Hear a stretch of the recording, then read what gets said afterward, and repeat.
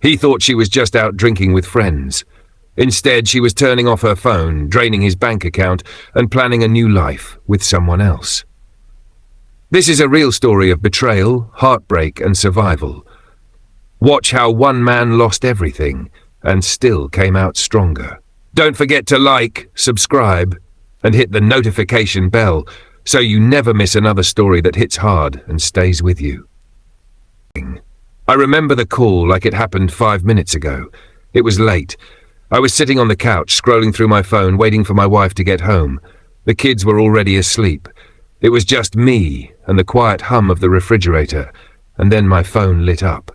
It was her. "Hey," she said.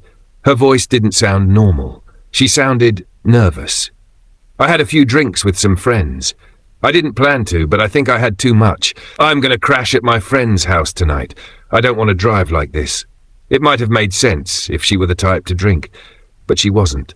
In all the years I'd known her, she never once had more than half a glass of wine at dinner. I asked her where she was. She wouldn't say. I asked her if I could come pick her up. She said no. I told her the kids were worried. She didn't seem to care. Her phone location? Turned off. The whole thing felt wrong. Like watching a horror movie unfold, only you realize you're the one in it. I kept texting. I kept calling. For an hour, she gave me short, weird answers. Then, nothing. She was gone. I didn't sleep that night. I kept checking the door, hoping I'd hear her key turn in the lock, hoping I'd been overthinking, hoping she'd come home, laugh at my concern and tell me everything was okay. She didn't. Instead, at 6:30 the next morning, my phone buzzed again. Only this time it wasn't her, it was the bank. Suspicious activity detected, multiple failed ATM cash advances. Fraud alert triggered. Now here's the thing, none of my cards allow cash advances. I set them up that way, deliberately. So the fact that someone was trying to pull cash from my account set off every alarm in my head. I threw on clothes, didn't even brush my teeth, and drove straight to the bank. When I got there, they told me what I feared. My account had been drained 10 minutes before the branch opened. At an ATM halfway across town, I stared at the statement. I asked myself the same question over and over again. Who would do this to me? And I already knew the answer. The trail of lies. For days she acted like nothing happened.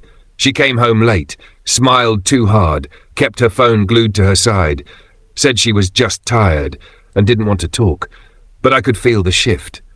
The energy in the house was different. She'd hug the kids but not look me in the eye. She laughed more with strangers than she did with me, and when she did talk it felt like a stranger wearing her skin. Then, one night, while she was asleep, I looked at her phone. I didn't want to, but I had to. I needed answers, and what I found, it cracked the earth beneath my feet. Texts, hundreds of them, between her and a man I didn't even know existed. Photos, videos, plans for a new life, together. They were talking about moving, about finding schools for our kids, about getting a dog. He wasn't just a fling, he was the replacement. For me, for our home, for the life I thought we had.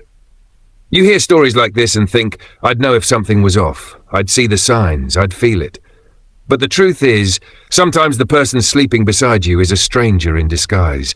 They smile at you while planning their escape. They kiss your kids goodnight while texting someone else, I love you. I never thought she could do this. This was the woman I married, the mother of my children, my best friend. And she was quietly building a life without me, one lie at a time. I asked myself what I missed. Was it the nights she said she was at work but came home smelling like cologne? The passwords she changed without telling me? The sudden obsession with her appearance? It was all there, but I refused to see it. Because I loved her too much. Because I trusted her too blindly. I tried to keep it together for the kids. I really did. I smiled when I had to. I played board games. I packed lunches and brushed away their confusion with soft lies. But kids, they always know. They hear the silence between you. They feel the way the air changes when someone walks in a room. They notice when one parent doesn't look the other in the eyes. One night, my youngest, just 7, asked me, "Why doesn't Mommy love us anymore?" I nearly collapsed. Because how do you explain to a child that the person who tucked them in, kissed their forehead and sang them lullabies is the same person who lied, cheated and abandoned them emotionally? You don't. You just hold them. And you cry, and you pray they forget the pain faster than you ever could. She moved out 2 weeks later. No long goodbye, no tears, just a bag, a car and a slammed door. I stood in the doorway holding a photo of us from our wedding. God, we looked so happy. Back then she looked at me like I was everything. Now she couldn't even look at me at all. The house felt empty, even though it was still full. Full of toys, full of memories, full of ghosts. Every corner held a reminder. Her mug in the sink, her robe on the door, her perfume lingering in the hall. But she wasn't coming back, and I had to face that. There's a moment after betrayal when you hit rock bottom. Mine came at 3 a.m. on a Tuesday. I sat alone in the kitchen, staring at the credit card statement, the one she used to fund dinners with him. Hotels, gas, groceries. She was building a life with him on our dime. I hadn't eaten in days. I hadn't slept in longer. I opened a bottle of whiskey, one I'd been saving for a special occasion. Guess betrayal counts. But before I took a sip, I saw my son's drawing on the fridge. It was a picture of us, holding hands. I put the bottle down, because I couldn't let her take everything. She took my heart. She took our plans. She took my peace. But she wasn't going to take my fatherhood. Not today. Not ever. Weeks turned into months, and slowly, I started rebuilding. I went to therapy. I started running again. I reconnected with old friends. I poured all my love into the kids. They deserved that. They deserved a version of me that wasn't broken. I stopped checking her social media. I stopped wondering what she was doing or who she was with, because healing doesn't happen when you're stuck in the past. It happens when you start walking forward, even if you're limping.